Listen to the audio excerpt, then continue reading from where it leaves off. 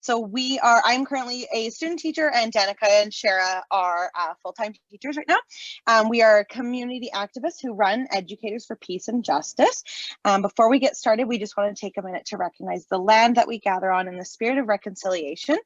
We acknowledge that we live, work, and play on traditional territories of the Blackfoot Confederacy, Siksika, Kainai, Piikani, and the Tsuut'ina Nation, Nakota, and Métis nations of all the people who make their homes in the Treaty 7 territory. We'd like to thank you all for being here tonight. We are very excited to have fellow activists from Golden Mti here tonight. Danica will introduce them and their mission and what they're going to be discussing with us tonight, but we would like to thank them again for being here. They've put tons of work into this presentation, and we hope you all enjoy it as much as I know that I will for sure. So, and last thing, we're a subcommittee of Plowshares Calgary, and very excited to be here, and are very, hang on, just because Danica shared my little thing went away, sorry. We're just very passionate about peace and justice within classrooms of all grades and ages. We also seek to collaborate with like-minded students, parents, and educators to connect opportunities in classrooms with local communities. Furthermore, we'd like to invite you all to partake in our Facebook group and participate in the resource sharing to spread the message of peace and justice pedagogy. Now I'm going to hand it over to Danica, and yeah, thanks everybody for being here. Hello, everybody. We're super happy to have teamed up with Golden Mti. If you were here for our February session, you might have remembered Nakir. She was one of our student activists that we had for our student leadership discussion panel. So she's back. We can't get rid of her. She can't stay away. Just kidding. And Golden Mti does awesome work in Calgary, and we're really excited to have them as part of our group and to work together with them. And they did all the work in this presentation. I won't take any credit for it, but to be able to collaborate in talking about a vision for Black and immigrant students in our school system. So I'm gonna let them introduce themselves. And they are an amazing group of people, and I know you are all gonna learn a lot from them, just like I have. So hi everybody, my name is Teresa, and I will quickly just go over just a little bit about Golden Mti and who we are. So our vision, we hope to empower youth to pursue a higher education by supporting their academic growth, equipping them with tools and resources to attain personal achievements, while also strengthening cultural roots and knowledge. Our target group is BIPOC individuals and visible minorities in Calgary. And some of the services we offer are tutoring, workshops, and mentorship through a partnership with Black Chambers. Next slide, please. Yep. And I would like to allow me to introduce you to our beautiful Golden Mti team. So again, my name is Teresa. I'm one of the committee chairpersons, along with Sarah, Chantal, and we also have Wunjoy, our president, Nakir, our vice president, and Rafa, our secretary. If you all can just do a little wave so everyone knows that you're there. Previous slide, please. And I just want to quickly go over our agenda for today. So we would like to address 6 problems in this workshop, as well as discuss tangible actions that can be done in present time. Next slide.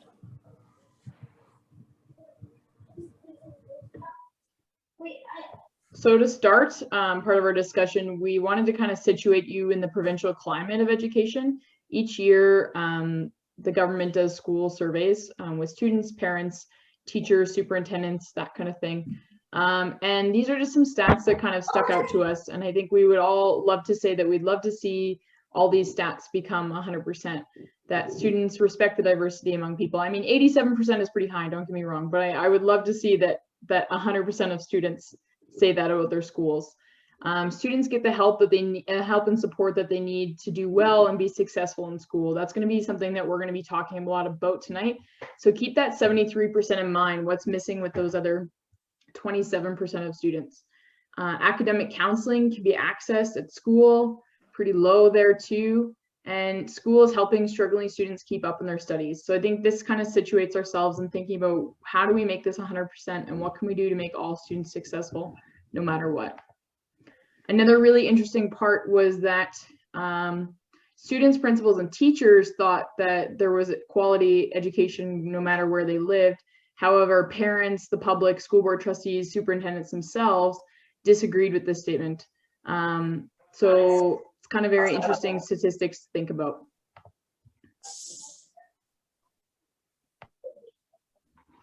Hi, I'm Nakir. I'm Vice President. I'm going to be talking about the student stories. When planning for this workshop, we wanted to give the students who were/are affected by these issues an opportunity to share their voices. We surveyed a dozen students ranging from age 17 to 22. Each student was sent a list of 4 questions, and in tonight's workshop, we'll be going through our findings and sharing a few inspiring stories. Next.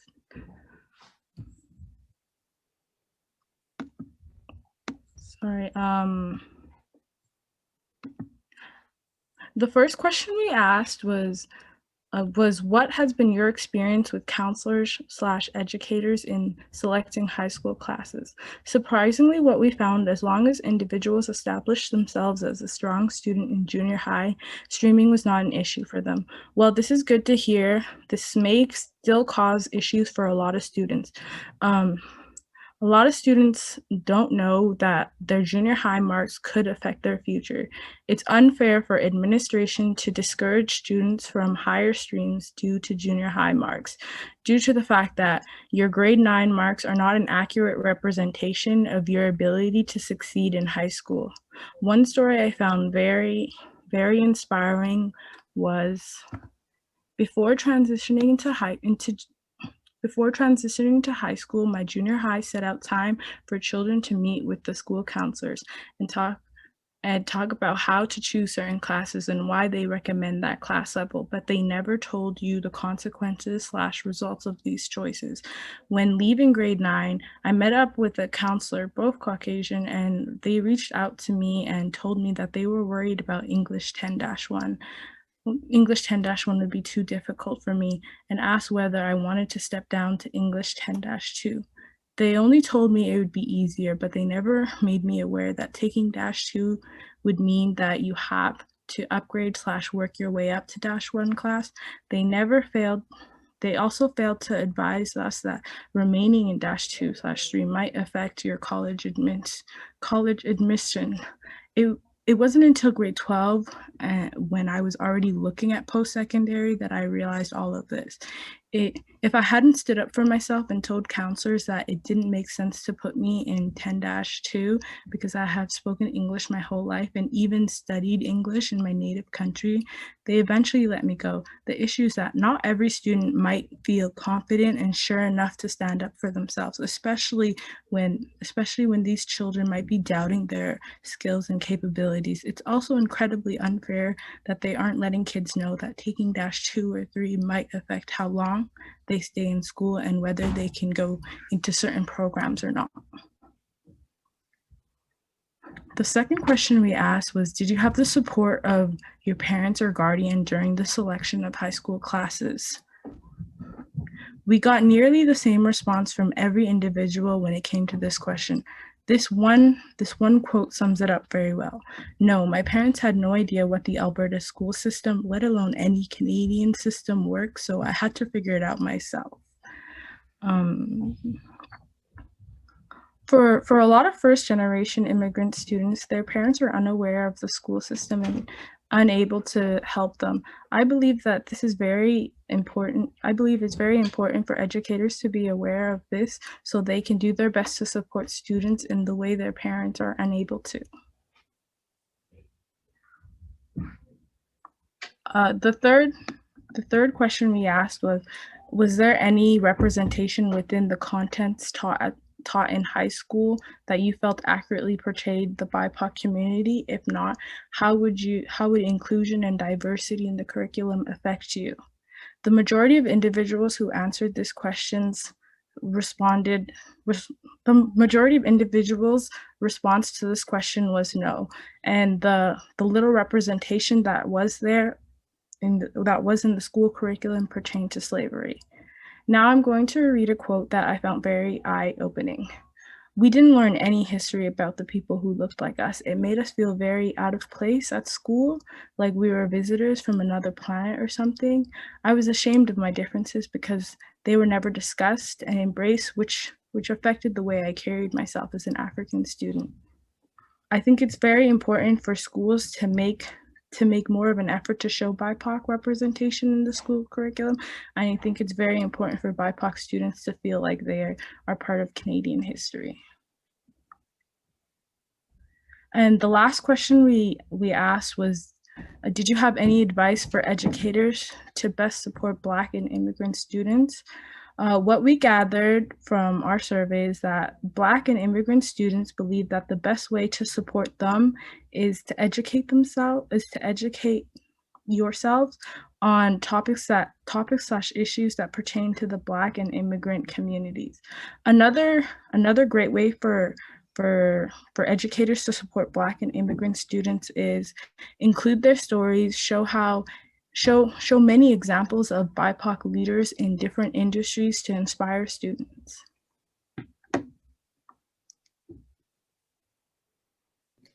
All right, so now we're going to talk about the context of Black and immigrant students within the COVID-19 pandemic. And so I think, you know, in the COVID-19 pandemic, that has brought with it a lot of online schooling. And I think in general, in this pandemic, we kind of tend to see that systemic inequities are amplified, not only just in education, but overall in many different areas. Like inequities that are already there tend to just kind of grow even wider. And so in the context of education specifically, I think a really big example of those inequities is the fact that not everyone has the same access to the digital tools that are required to adequately support online learning. And so potentially a student might come from a family where they, you know, share one computer amongst, you know, 3 siblings. And if they're all kind of going to different classes, they might not be able to access their classes. Additionally, Black and immigrant students tend to be more likely to come from multi-generational households. And so what that means is that there might be a little bit more noise, there might be other people in the room, it might just not be a location that is conducive to learning. And so it becomes kind of difficult for those students to you know, gain their education. And so that's kind of a few of the ways in which, a few things that are important to keep in mind.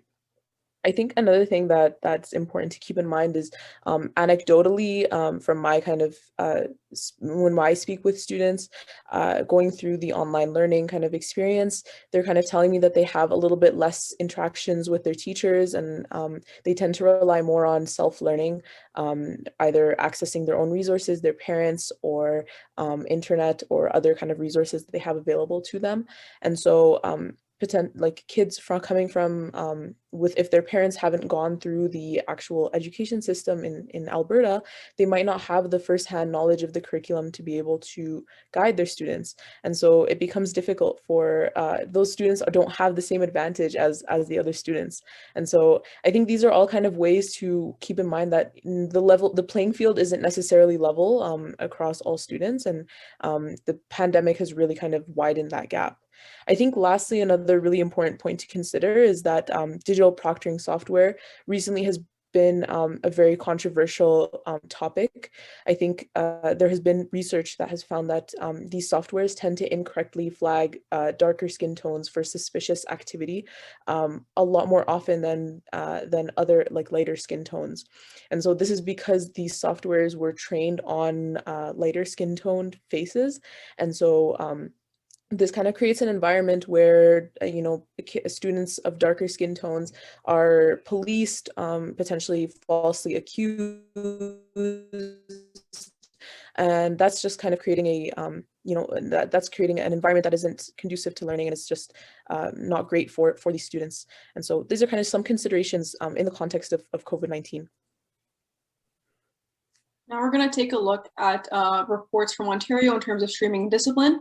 The issue with streaming was first introduced in the first student story that we were speaking about earlier, whereby the student was choosing between -1 and -2. In the context of Ontario, an academic track, they have something called academic track and applied track, where the academic track is equivalent to -1 in Alberta, and the applied track is equivalent to the knowledge and employability courses in Alberta. The reason why we're looking at Ontario rather than Alberta data is because Alberta does not have any race-based data, and so we're looking to our counterparts in Ontario and hoping to see, hoping that any things that are seen there are likely seen in Alberta. And so a 2017 report found that Black teens in the Greater Toronto area were being streamed into applied course tracks at significantly higher rates than other students. 53% of Black students were in academic programs as compared to 81% of white and 80% of other visible minority counterparts. A 2015 report also found that students taking applied courses in grade 9 were much less likely to go to university, and that students from low income groups were more likely to enroll in applied courses. Only 40% of the students who took an applied course in grade 9 graduated within 5 years. And so from this data, Ontario has decided to phase out streaming.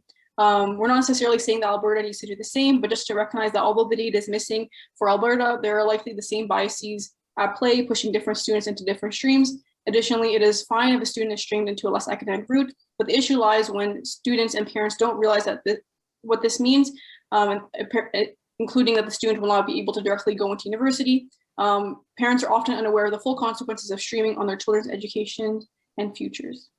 And in terms of discipline, we're still looking in Ontario, where a review found that Black students make up only 10.2% of the secondary school population in Peel, but represent about 22.5% of the students receiving suspensions. Further, reviewers heard anecdotally that some principals use any excuse to suspend Black students, including wearing hoop earrings and hoodies. And so, like I was saying earlier, this may not be data from Alberta, but it is good to realize that there may be some disparities in terms of who's being disciplined within schools. Now we're going to take a look at the apparent lack of diversity in authors and perspectives by looking at the reading list available to us online. Here we're starting with grade 4 to 6, but we'll move on to other grades on the later slides. And so I do want to say that this reading list we had access to, it may be different between schools and in different years. They may do things differently. So this is just a moment in time.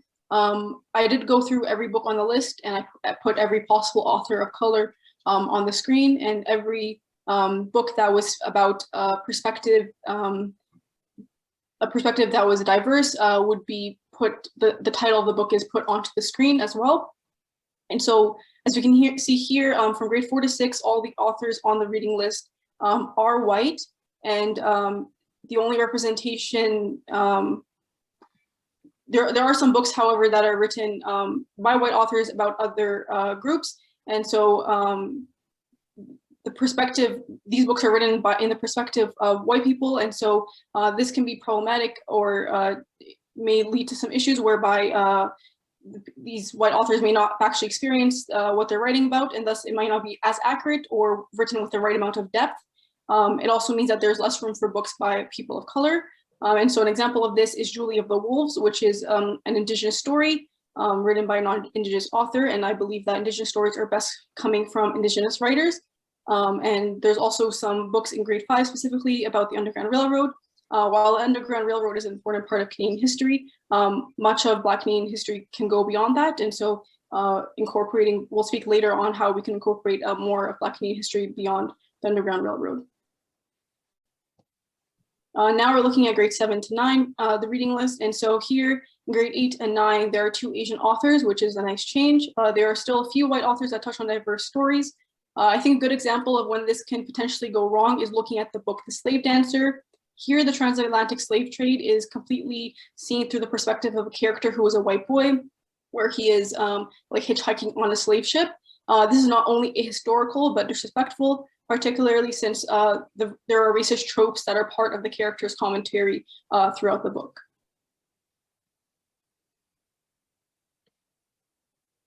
Now we're looking at the reading list from grade 10 to 12, specifically -1. There is 1 Brazilian, 2 Caribbean, and a few Asian authors, mainly in grade 11, which is nice to see. There are still a few white authors that touch on diverse stories. Some are pretty good and are widely popular, like To Kill a Mockingbird or Life of Pi. However, another good example of when this can go wrong is looking at the book, The Education of Little Tree. This is what was thought to be an autobiographical story about a Cherokee boy, but was actually falsified by a KKK member under a pseudonym, and it has themes of fetishizing Indigenous culture. One thing that's really important to touch on is the experience of refugee students, because it presents a variety of unique challenges. One that should be mentioned is psychological and physical issues that stem from trauma. disrupted education, which can set back students years from their peers, changes in roles and status of family members that can add responsibilities onto students, and a transition into a new environment and language, as well as a different school system. For example, the ELL program that can contribute to a delay in learning for students. Although a lot of well-meaning educators and policymakers have taken steps to support refugee families, there's room for improvement in literature and policy, addressing their experiences. In addition, there are limited studies to draw information from, along with a lack of cross-cultural competency training and leadership from educators. So improving this would go a long way in improving the experiences of refugee students. Now for a little bit of a break, we're gonna do some questions to utilize the chat. Don't worry if you get these questions wrong, because I've done them and I got a bunch wrong as well. But for the first question that we're gonna do is, in comparison, do foreign-born ESL students or Canadian-born ESL students perform better? Utilize the chat and submit your answers.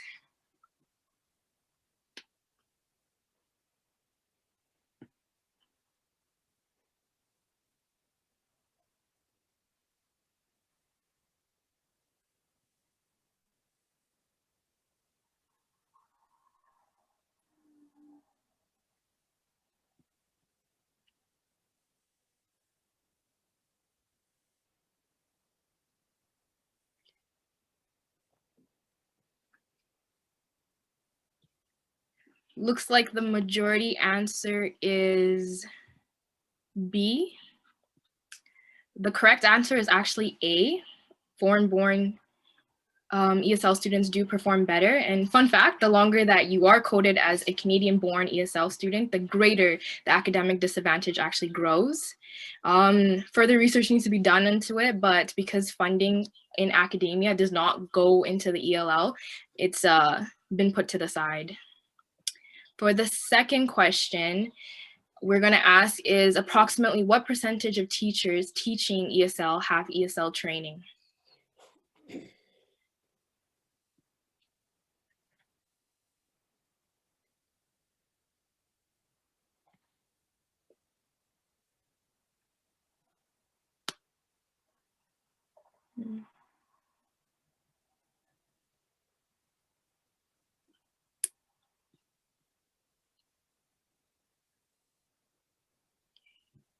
Gonna give it a few more minutes.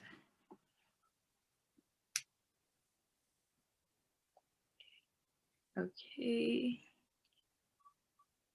It looks like B is winning. And yep, the correct answer is B. Excellent. This means that 64% of ESL teachers are teaching without adequate training. Research shows a positive relationship between highly qualified and trained staff and the academic achievements of ESL students.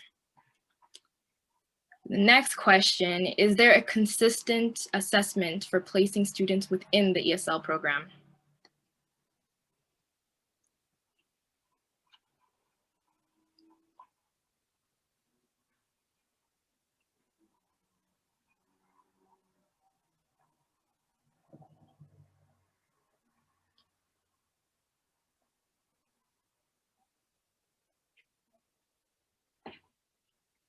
Okay, I'll give it a few more minutes. I think we're good. B wins, and yes, there is no. But research shows that schools that do report using a high quality English proficiency assessment, as long as progress tracking, have ESLs students that do perform better than other schools that don't use these assessments. And for the last one, is there a set curriculum for ESL students within kindergarten to grade 12?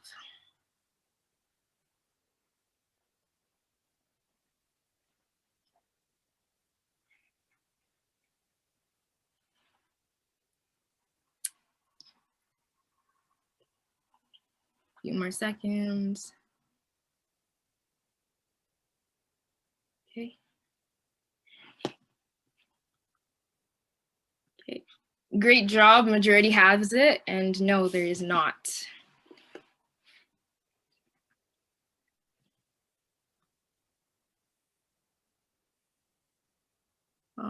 Comment, but is there a common assessment?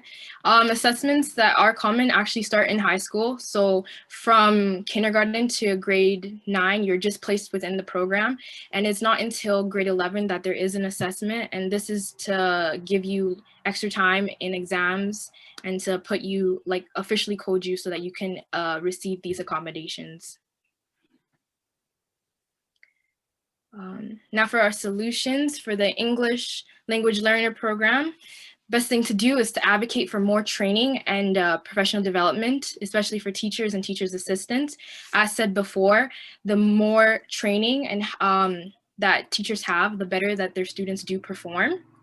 Also for requesting for better diagnostic assessments. Also said before, schools that do report using better ones do have students that do perform better. And then for personal things to do is to help ESL students with the transition, whether that be from both ESL classes to mainstream high school classes or from high school classes to university. As seen through the surveys, many Black and immigrant students do not have sufficient support at home through their academic journey. So any help from educators goes a long way. Another solution is for teachers to be a true ally, and ways to do that focuses on race-based data. As we saw earlier, the 2019 survey that we had was given to all students and no race-based data was collected. And so no race-based conclusions can be made like was done in the Ontario example that we had earlier. And so schools and school boards should try and advocate for this change in terms of the surveys that are given to their students. Teachers should also show families how to navigate the school system, as was shown in this one of the student stories about how there's not adequate support from parents in terms of knowing what the Alberta school system is like. And so ways to do that include communicating with parents and especially ensuring their understanding, as there may be a language barrier, or perhaps parents may say that they understand just to conclude the conversation or for to maintain their pride, but in actuality there may be a lack of or miscommunication there. And so doing that is important, as well as providing resources for students and their families, specifically in different languages. That can be very helpful. And if it's written, it's nice to take that home with them. Also, I've heard that a lot of parents and students don't know that they can actually ask for a translator at schools. And so reminding parents and students that that is available to them can be very helpful. Additionally, educators should take notice of their students and acknowledge any biases they may have and challenge them. For instance, if your student is doing poorly, is it because of internal factors or external factors, such as they are not supported enough at home, at school, or in society? Additionally, educators should advocate for kids in their classroom, specifically speaking to guidance counselors for them. As it was said in one of the student stories, many students aren't confident enough to speak up for themselves, and there is that kind of power imbalance between guidance counselors and other administrators and students. Additionally, some students don't even know that they can advocate for themselves, and so either reminding students that they can do that or doing it for them can be really helpful. Additionally, I believe that the top priority for educators should be students and not any school rankings or PAT scores. There is somewhat of a trend, especially in private schools, to only include students that are doing well academically into their schooling, so it doesn't affect any ranking or scoring of their school. And so there's also data that shows that mixing between different academic abilities really helps all students do much better. Lastly, teachers should advocate for increased amount of other Black and immigrant educators and educational administrators so that they can best represent the students that look like them. In terms of what we were saying earlier, where there's a lack of diversity in books and what the books are about, we did say that To Kill a Mockingbird is one good example of a book written by a white author that speaks on anti-Black racism. And here, while it is a good start, To Kill a Mockingbird is in the perspective of a white author with white characters, and it doesn't really center the people that are most impacted by the story. And so a good way to move beyond To Kill a Mockingbird is to focus on authors that actually have gone through the experience that they're speaking of to best represent the stories accurately. And so some examples of some books that we're going to go through in the next couple slides will be provided here that can add like diversity to the books provided in the classroom and diversity in stories. And here we're just choosing age appropriate books for a couple grades. So we're starting now with pre-KG to grade 1. These are picture books that recognize the diversity in experiences, appearances, and culture, and the value that we can gain from that. These books in grade 1 to 3 portray the mistreatment of people of color. It is not overt in how it does so, but it is an introduction which ignites the conversation of why or how could people do this, which can be an important conversation to start in the classroom. These books for grade 4 to 6 provide a better representation of what occurs in everyday life in past and present. Many of these books are relatable to students regardless of their background, which is quite important for an age group that's struggling with finding enjoyment in reading. And here we're looking at the teen age group. There's a wider range of books here, and there's much more to choose from. Young adult readers often need an unfiltered truth of something that impacts their world. And then 2 examples of some books, Just Mercy and Stamped, are actually adapted for young adults by taking important messages from the original adult reader books and making them more manageable for young adult audiences. And so continuing with starting the conversation in the classroom beyond just books, starting at younger ages is really important to make those students more culturally aware. And so some ways to do that is through Heritage Minutes, as I'm sure many of you know of that resource, and additionally celebrating Black History Month within the classroom. Additionally, there is a line in the curriculum currently that states, what do stories of the Underground Railroad tell us about the history and presence of Black communities in Canada? This is in grade 5, I believe. And I've heard that many teachers actually just skip over this line. They don't even address that. And so I think a good start is to take that line and to actually, bring that conversation into the classroom to start with. But additionally, beyond that, I think immigrant and Black history is more than just Underground Railroad, such as there's many different immigrant and Black communities that have been here for quite some time.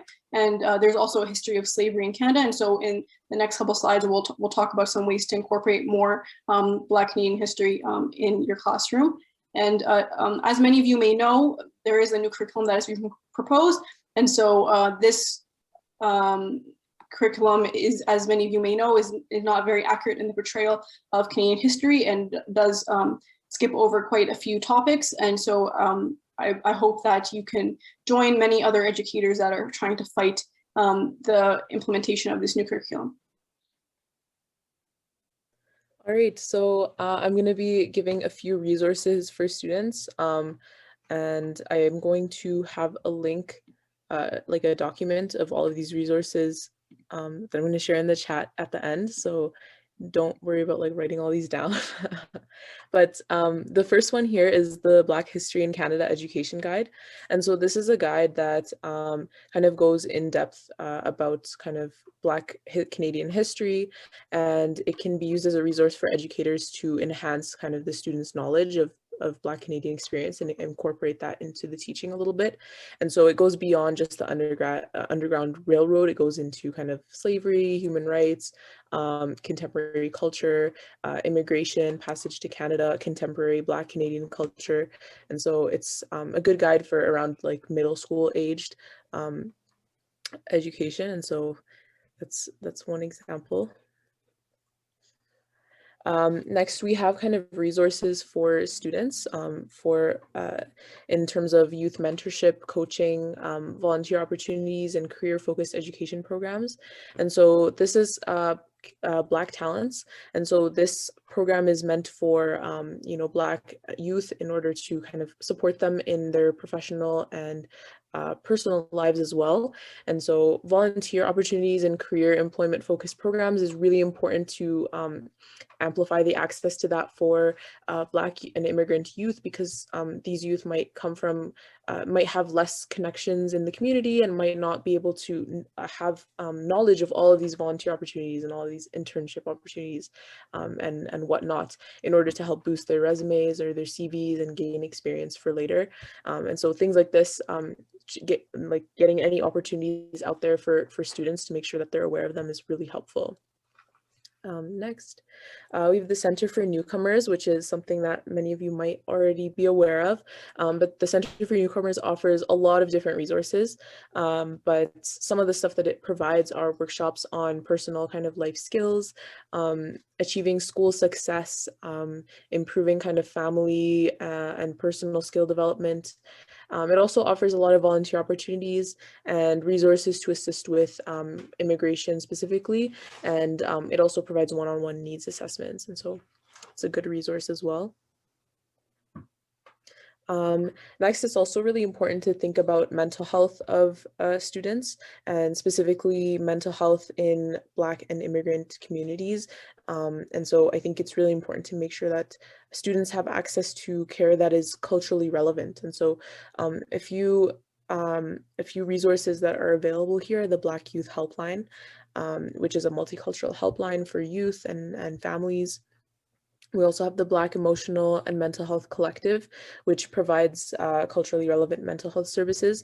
And it also provides training, events, resources to promote wellness, emotional regulation, coping skills. And it also has, very interestingly, information on how to locate and find a culturally competent therapist, which is really important. Next, we also have Sunshine Behavioral Health, which is an accessible kind of culturally competent mental health provider that's free or low cost. This link also provides a lot of links to nonprofit hotlines that are that could be very helpful, and it also goes a lot more in depth about racism and how that affects mental health, and the ways the ways in which mental illness kind of intersects with racism, and how there are some common mental health illnesses in the Black community, and some reasons why the Black community might be less likely to seek care. They also kind of go into how important culturally competent care is, which we kind of touched on earlier. But yeah. And then lastly, we also have this 26-page PDF. So this is the Association of Black Psychologists Self-Care Toolkit. And so this kind of provides a lot of resources and self-care strategies on how to deal with the effects of racism. So this is really helpful, could be helpful for Black and immigrant students. It also goes into how stress and trauma affect the body and the mind. And so it's a very kind of long and well-researched document that could be helpful. Yeah, and as Kira was saying, we will be sharing those resources in a document, so don't worry about it. Oh, Marian, I saw your question. Are these mental health resources local? The mental health resources, the ones that, some of them are not local. I think the Sunshine Behavioral Health is located in the United States. However, there are a lot of resources on this website that are really kind of helpful, like the information about racism and mental health. I think the hotlines are Canada specific though. I believe most of them are. So yeah. Yeah.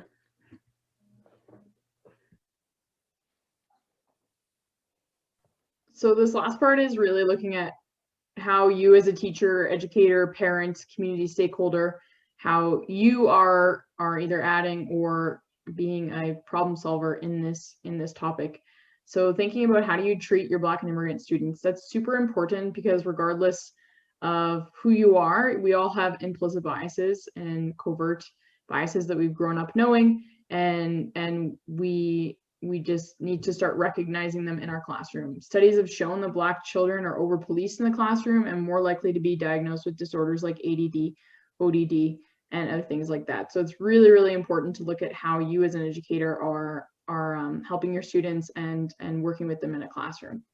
Another, I really like the quote or like the idea of looking at impact over intention. So if you're harming your students unintentionally, it wasn't your intention, and you're a great teacher, but the impact wasn't, it didn't sit right, and it didn't help those students, that's something that you really need to look into and grow from, because we all make mistakes. We all need to know better to do better.